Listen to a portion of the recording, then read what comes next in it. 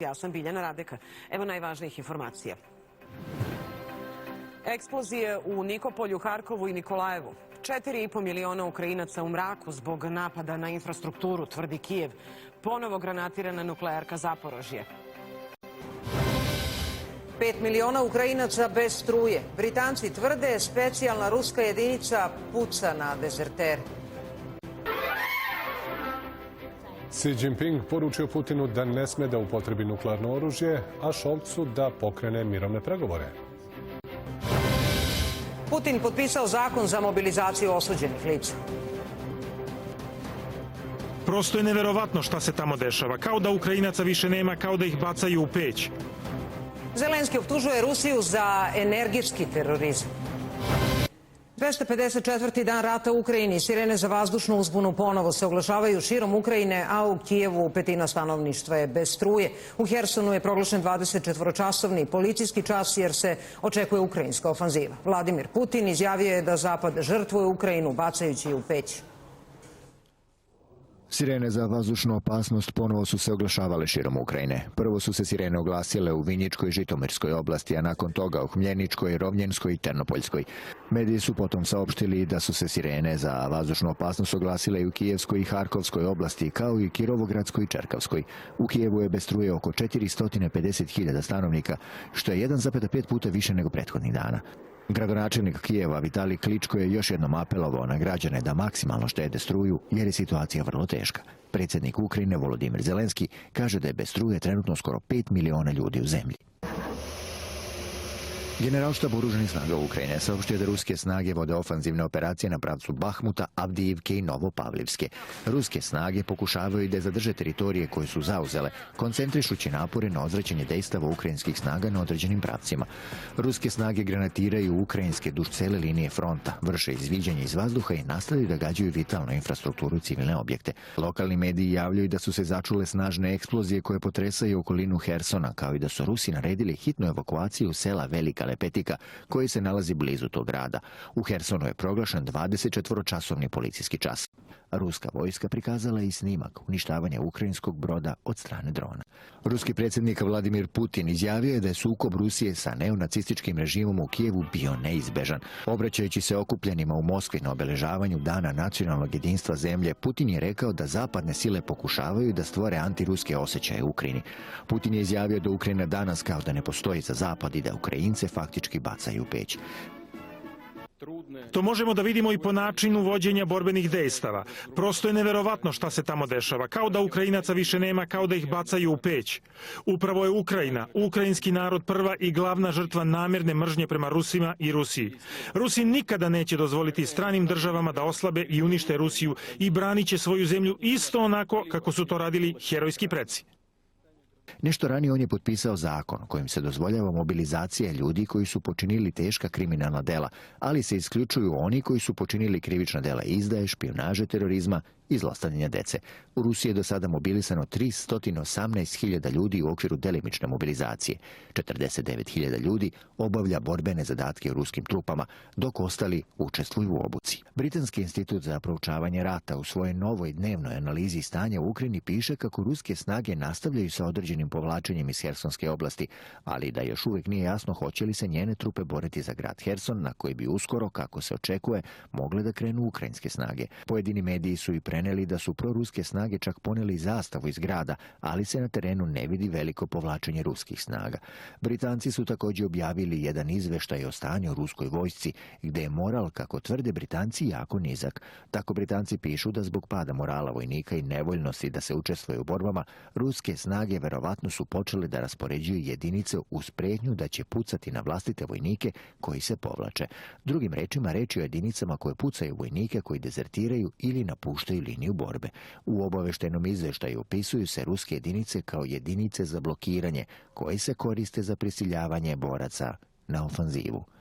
Dejan Vasiljević, televizija Pink. Dobra vest iz Rusije stiže za najsiromašnije zemlje sveta. Turska i Rusija dogovorile su se da besplatno isporučuju hranu siromašnim zemljama. Složili smo se da Afrika treba da ima koristi od crnomorskog koridora za izvoz žita, rekao je Erdogan. Ukrajinski predsjednik Volodimir Zelenski sastao se u Kijevu sa grčkom predsjednicom Katerinom Sakelaropulu. Predsjednica Grčke je u pratnji ministra odbrane došla u nenajavljenu posetu i donela prvu seriju oklopnih vozila koja su sada preko potrebna ukrajinskoj vojsci. Švajcarske vlasti su Nemačkoj zabranile da amuniciju proizvedenu u toj zemlji šalje u Ukrajinu. Zabrana te pomoći zasniva se na nameri Švajcarske da ostane neutralna zemlja. Reč je o više od 12.000 komada municije kalibra 35 mm, namenjene protivvazdušnom odbrambenom sistemu Gepard. Ukrajina je to tražila kako bi obarala krstareće rakete i bespilotne letelice. Belorusija i Rusija su se dogovorile da formiraju zajedničku grupu satelita u svemiru koji će se između ostalo koristiti i u vojne svrhe. To neće biti samo u vojne svrhe, rekao je predsjednik Lukašenko i dodao da Belorusija danas posjeduje satelit koji sa visine od 500 do 600 km prati objekat od 35 cm. Dobili smo iz Grčke prvu seriju oklopnih vozila koja su sada preko potrebna. Razgovarali smo o odbrambenoj saradnji, jačanju sankcija Rusiji, pripremi specijalnog tribunala za zločin ruske agresije na Ukrajinu. Naravno, razgovarali smo i o rekonstrukciji Ukrajine. Ovo je posebna tema za Grčku. Zajednica ukrajinskih Grka tradicionalno živi na jugu naše zemlje, u mnogim gradovima i selima čiji je veliki deo teško pogođen ruskim napadima. Mnogi Grci živeli su, nažalost, do agresije u oblasti Mariupolja. Beloruski graničari presreli su i oborili ukrajinski dron koji se koristi za bacanje eksploziva, saopštio je danas komitet graničara te zemlje. Incident se dogodio u oblasti Gomel, 1 km od belorusko-ukrajinske granice, navodi se u saopštenju. U dronu su otkriveni snimci i videozapisi, što ukazuje da je letelica bila opremljena infracrvenim sistemom za snimanje. Također ističe se da je na osnovu analize memorijske kartice potvrđeno da je dron doleteo sa teritorije Ukrajine. Zemlje G7 i Australija odredile fiksnu cenu ruske nafte. Putin je rekao danas da bi trebalo skloniti ljude iz regiona Herson. Oni koji žive u Hersonu moraju da budu sklonjeni iz ratne zone, civili ne smiju da pate, rekao je Putin, a prenose ruski mediji. I pored toga što Amerika traži od Evrope da podnese ekonomske žrtve i pomogne Vašingtonu u podršci Tajvanu i da se odupre politici Pekinga, kineski predsjednik Xi Jinping sastao se u Pekingu sa nemačkim kancelarom Olafom Scholzom. Glavna tema je naravno bio rat u Ukrajini. Scholz je prvi evropski lider koji je posjetio Kinu od početka pandemije, a Xi je izjavio da će poseta dodatno unaprediti međusobno razumevanje i poverenje između dve strane. Kina podržava Nemačku i Evropsku uniju u važnoj ulozi u promovisanju mirovnih pregovora u izgradnji uravnoteženog, efikasnog i održivog evropskog bezbednosnog okvira. Međunarodna zajednica treba da pozove sve zainteresovane strane na racionalnost i uzdržanost, kao i da uspostave direktne kontakte što je pre moguće i stvore uslove za nastavak pregovora. Scholz je predsjedniku Kine rekao da je dobro što su se sastali licem u lice u napetim vremenima, istakavši da ruska invazija na Ukrajinu stvara probleme za globalni poredak. Kineski zvaničnici nisu eksplicitno spomenuli Rusiju. Rekao sam predsjedniku Xiju da je važno da Kina iskoristi svoj uticaj na Moskvu. Rusija mora odmah da zaustavi napade pod kojima svakodnevno pati civilno stanovništvo i da se povuče iz Ukrajine. Složili smo se da je pretnja nuklearnim napadima neodgovorna i opasna. Prema Xijevim rečima, trenutna međunarodna situacija je složena i nestabilna. I Kina i Nemačka kao velike i uticajne zemlje trebalo bi još više da sarađuju u vremenima promjena i previranja. Scholz je također ponovio da Berlin sledi princip jedne Kine kada je u pitanju Tajvan, ali upozorio da bi svaka eventualna promjena statusa quo morala da se dogodi samo na miran način i uz dijalog.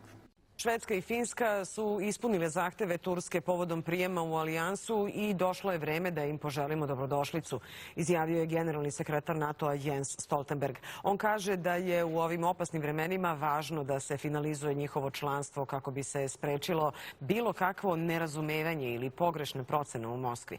Sa druge strane, turski ministar spoljnih poslova Mevlut Čavušoglu na istoj konferenciji rekao je da Finska i Švedska još nisu ispunile sve uslove koje im je Ankara postavila za članstvo u NATO-u. Finska i Švedska su postale jaki partneri u našoj zajedničkoj borbi protiv terorizma u svim njegovim oblicima i manifestacijama. Vreme je da ih dočekamo kao punopravne članice NATO-a. Njihovo pristupanje učinit će naš savez jačim, a naš narod bezbednijim. Ove nedelje sam razgovarao sa rukovodstvom i Finske i Švedske i pozdravljam velike konkretne akcije koje su preduzele obe zemlje da sprovedu memorandum u praksi. Ove dve zemlje moraju da preduzmu važne korake u borbi protiv terorizma jer je jedna od najvećih pretnji sa kojima se NATO danas suočava terorizam. Želimo da vidimo konkretne korake po ovim pitanjima. Za Švedsku je važan korak da ukine embargo na oružje Turskoj. Oružani sukobi u Ukrajini se nastavljaju, a tamošnji zvaničnici tvrde da Rusija vodi ofanzivne operacije u 3 pravca. Najžešće borbe vode se u Donjeckoj i Hersonskoj oblasti, a posle nešto dužeg zatišja u Zaporožju ponovo granatirana oblast, prilikom čega je oštećen gasovod, što je prouzrokovalo veliki požar. Ukrajinski predsjednik optužuje Rusiju za energetski terorizam i navodi da je više od 4 miliona Ukrajinaca ostalo bez struje. Zelenski je poručio da na samit G20 neće ići ukoliko na njemu bude ruski predsjednik Vladimir Putin. Moskva i Kijev se međusobno optužuju zbog raketiranja nuklearne elektrane u Zaporožju, čije bi uništenje imalo velike posljedice po okolinu. Zbog granatiranja nuklearka je izgubila spoljno napajanje električnom energijom i sada dobija rezervno od dizel generatora za hitne slučajeve. To je saopštila Međunarodna agencija za atomsku energiju, koja je također navela da nema tragova od prljave bombe za koje je Rusija optuživala Ukrajinu. U posjeti Kijevu našli su se i američki zvaničnici koje je dočekao ukrajinski predsjednik. Ruski napadi na naš energetski sektor i objekte ne prestaju.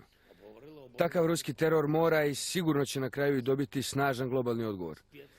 Zahvaljujem našim prijateljima u Sjedinjenim Državama koji pomažu u tome. Zelenski je ugostio i grčku delegaciju od koje će, kako je rekao, dobiti vojnu pomoć u vidu novih oklopnih vozila. Poručuje da neće učestvovati na samitu grupe G20 u Indoneziji ukoliko bude prisutan i ruski predsjednik Vladimir Putin. I optužio je Moskvu da je zbog napada na energetsku infrastrukturu 4,5 miliona Ukrajinaca u mraku, navodeći da su restrikcijama struje pogođeni Kijev i još 10 regiona. Na polju izvoza žita došlo je do pomaka kada je Moskva pristala da se nastavi sa primjenom prethodnog sporazuma. Takvu odluku pozdravio je ukrajinski predsjednik, koji kaže da je to značajan diplomatski ishod za Ukrajinu i ceo svet. Međutim, Rusiji očekuju ispunjenje svojih zahteva. Kao što znate, nastavljena je primjena ukrajinskog dela žitnog posla. Istovremeno još uvek ne vidimo nikakav rezultat po pitanju drugog dela paketa koji je predložio generalni sekretar Ujedinjenih nacija Antonio Guterres, a koji sugeriše otklanjanje svih prepreka u pogledu izvoza ruskog đubriva i žitarica. Iz Kremlja pojašnjavaju da se Rusija nije obavezala da će ostati u sporazumu o izvozu žitarica nakon njegovog isteka 19. novembra. Kažu da Moskva tek treba da proceni da li sporazum funkcioniše pre nego što odluči da li da produži svoje učešće.